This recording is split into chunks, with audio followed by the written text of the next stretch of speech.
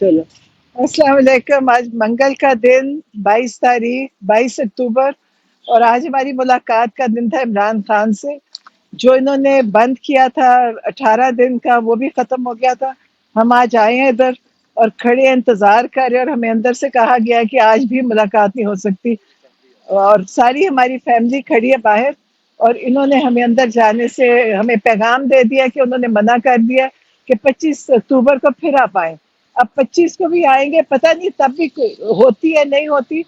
अगर ये अदालत में भी गए हैं, और हम दुआ करें कि अदालत भी हमारे हक में फैसला करे, और इमरान खान को किस वजह से इन्होंने बंद किया है वो भी हमें बताए कि उनके सारे रास्ते बाहर से क्यों बंद किए हैं।